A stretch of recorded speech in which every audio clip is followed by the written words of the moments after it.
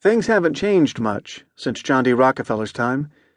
Despite unprecedented technological advances, which have replaced a great deal of face-to-face interaction with digital communications, social skills are still the #1 commodity on our planet.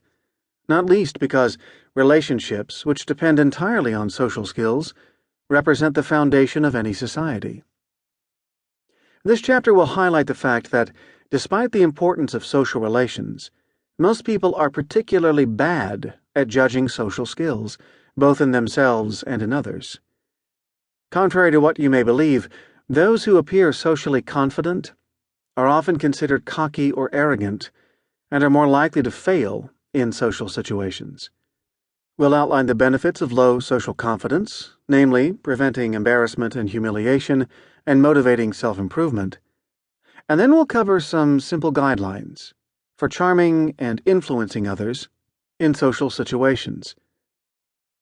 As you've begun to see, focusing on others rather than yourself is a crucial pathway to success. As with other domains of competence, people are especially delusional about their social skills when they feel very confident. A review of independent scientific studies reported an average correlation of 0.17 between people's self-perceived social skills, their confidence, and their actual social competence.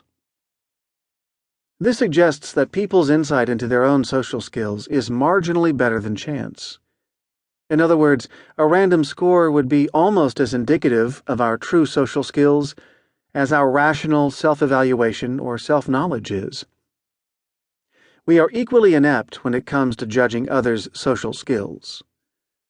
For example, studies have shown that we are generally unable to tell whether others are lying, and the more confident we are in our ability to discriminate between truth and lies, the more likely we are to be wrong.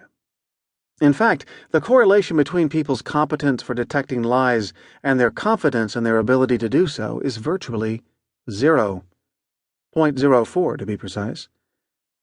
It's therefore as reliable to base lie detection judgments on chance as it is to trust your confidence.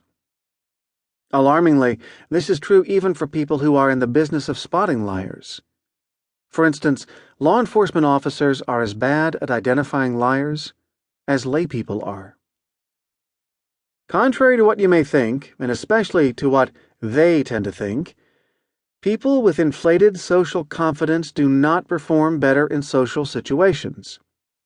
There is no evidence for the beneficial effects of social confidence or the idea that feeling assertive in social situations will boost your performance or social competence. In fact, the only measure by which socially confident people do better is their own assessment of their performance. I'm sure you know people who are very confident, secure, and dominant in social interactions.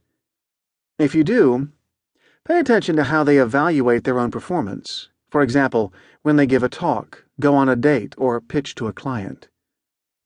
Ask them how they performed, and they will tell you that they did exceptionally well. And sadly, they really believe that's the case.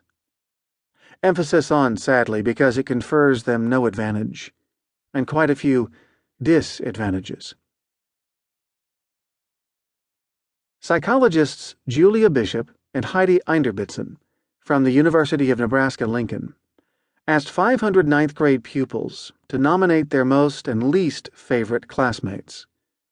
Each nominee was put into one of 5 categories, ranging from popular to rejected. The researchers also obtained generic measures of confidence from all participants.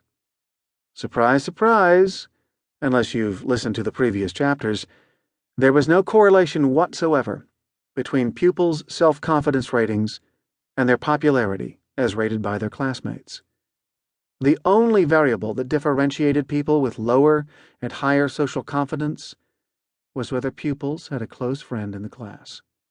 Those who did rated themselves more favorably in popularity, which is understandable. They had at least one person who genuinely liked them.